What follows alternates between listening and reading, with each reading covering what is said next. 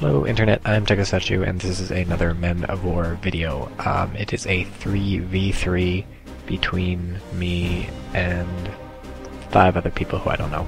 And it's on this map. I don't know what map it's on, but you can take a look at it. There's this little island sort of thing in the middle, connected by a little spit of land, more or less. You can walk to it though from pretty much anywhere, and 3 points on either side plus a point on the island.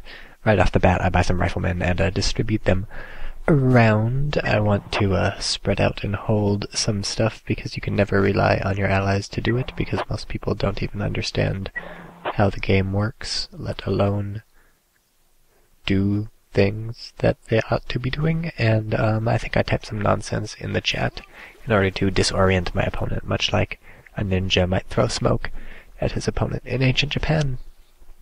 I don't think they did that. I'm guessing they didn't do that. Did they do that? Someone should tell me. Did ninjas actually throw smoke bombs? That'd be pretty interesting. So yeah, basically 2 were riflemen to a point, more or less, and then spread the rest out. I bought an AT rifleman. I like buying rocket launchers more than AT riflemen because a rocket launcher will kill any vehicle, whereas an AT rifleman will only kill light vehicles. He'll detract heavier vehicles, though.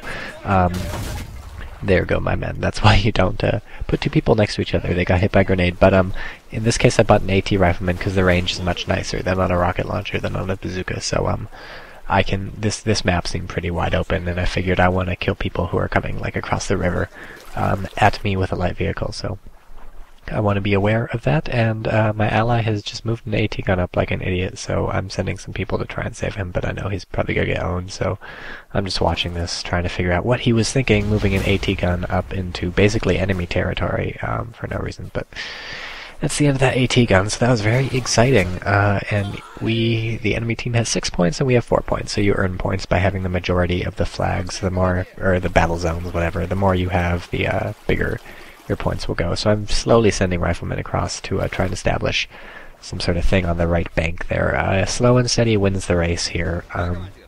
If it's in the very beginning of the match, you can basically be sure the opponent has sent someone to like each of those 3 points, so you don't want to just rush in. You're going to get shot if you rush in. We are Russian, by the way. We're Russian, they're German, but you don't want to rush in even if you're Russian, because they'll shoot you. And that's a DP-27, that's a Russian machine gun that my ally dropped, so I'm going to pick it up because I am always on the lookout for a bargain, and free from a dead person is a pretty good bargain. That's where I get most of my clothes, but don't tell anybody. So, like I said, pushing up slowly on the right, where in this case pushing up means moving very, very slowly and sending some people who I then ignore while I micro in the middle. I see these sandbags, so I figure maybe there's someone there, but there's a dead body there, which I managed to kill at some point. I don't really know how. So maybe the sandbags are deserted, so I tell my guy to crawl up there. So you see the disadvantages of fighting on 2 fronts, which is that I don't know what the fuck is going on the right while I manage my some machine gunners and riflemen here.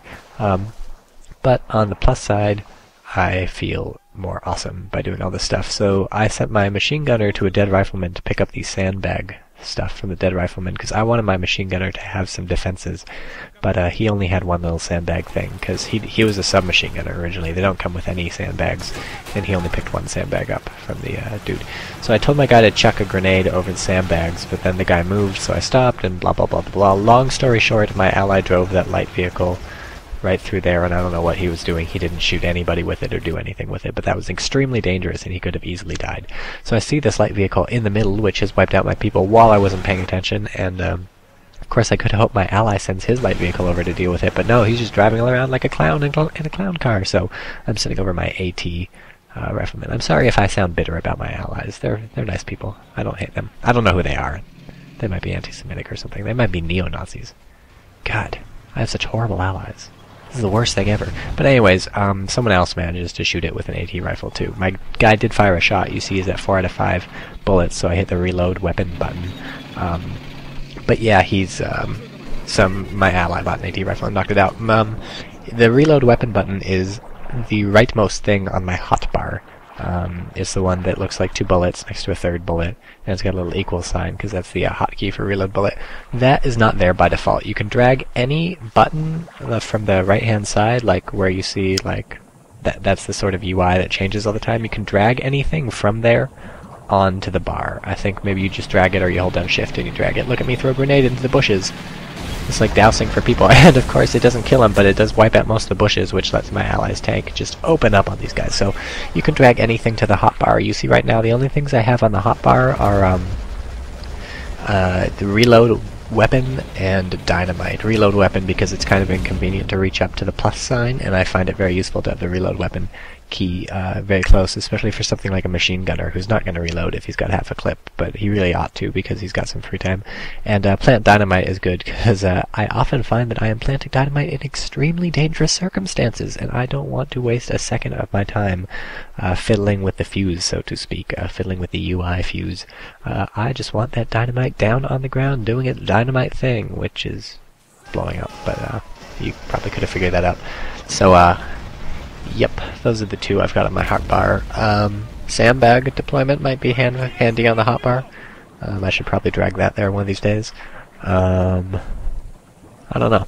I don't think there's anything else I need. Everything else is pretty hotkeyed. Oh, maybe demining stuff and laying mines. That might be useful to have on the hotbar. But yeah, customize your hotbar and make sure you do it in the game mode or in the game in the game that you play, because if you customize your hotbar in like a skirmish match or something, it won't work. It's got to be in multiplayer.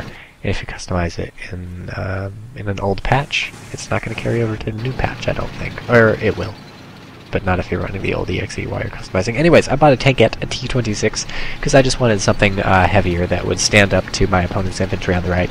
But and then I saw this AT gun over there on the far bank, so one, I was scared of it, and two, I wanted to kill it.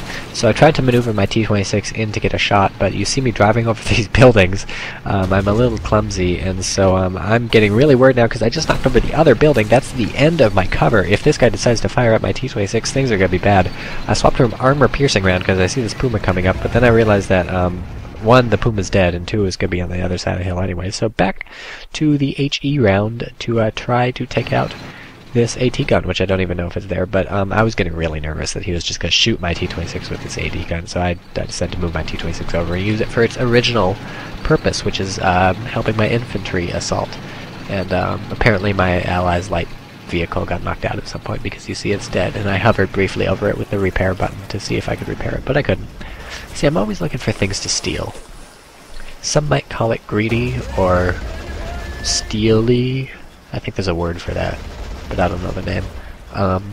I just call it, I guess, greedy or steely also. I guess those work. I don't really have a good name for it. I could call it thrifty. I could call it... Anyways, steal stuff, take things. It's all yours for the taking. Usually nobody says anything if you just walk up and grab something that you want. They just, half the time they don't even notice, because like I said, people don't know what the fuck. So anyways, my track just got knocked out by this Panzer II, so I'm really worried that bad things are going to happen. So I tell my T-26 to fire at the Panzer II. He manages to knock out the main gun and kill the turret. That's a couple of people dead, but the driver is still alive, and I'm trying to kill it, but it's getting away. I tried to have my AT gunner or AT rifleman get it. He didn't get it. So now I'm shooting through the house in direct control. I don't know how well I'm going to penetrate. Turns out not so fantastic. So we will meet again, Panzer II. This is not the last time we will face each other. Unless something else blows it up, in which case it is, but unlikely. It's very far on the right. If you look on the left, you see one of my opponents... Ooh, there goes my T-26. Owned by a PaK-40, which I am right now frantically looking for, but I can't find it. Speaking of the left, okay, never mind, not speaking of the left again. There's the Panzer II, but yeah, ally on the left is actually doing a pretty sweet job, so whatever bad things I've said about my allies so far only apply to the guy in the middle, because the guy on the left is attacking very nicely. He's moving forward, and really he's putting the pressure on the opponent, which is what you always want to do. A lot of people in basically real-time strategy games in general, or just games in general, I'm gonna generalize this to games in general, people don't put enough pressure on their opponents. It's a kind of choice you have to make. So there is such a thing as putting way more pressure than you need to. Like I'm typically always pushing forward in every game, so like, you know, as much pressure as possible, always attacking. My philosophy in playing like Bad Company 2 or something is whoever has the most deaths at the end of the round wins, because they've been pushing hardest and getting killed the most. But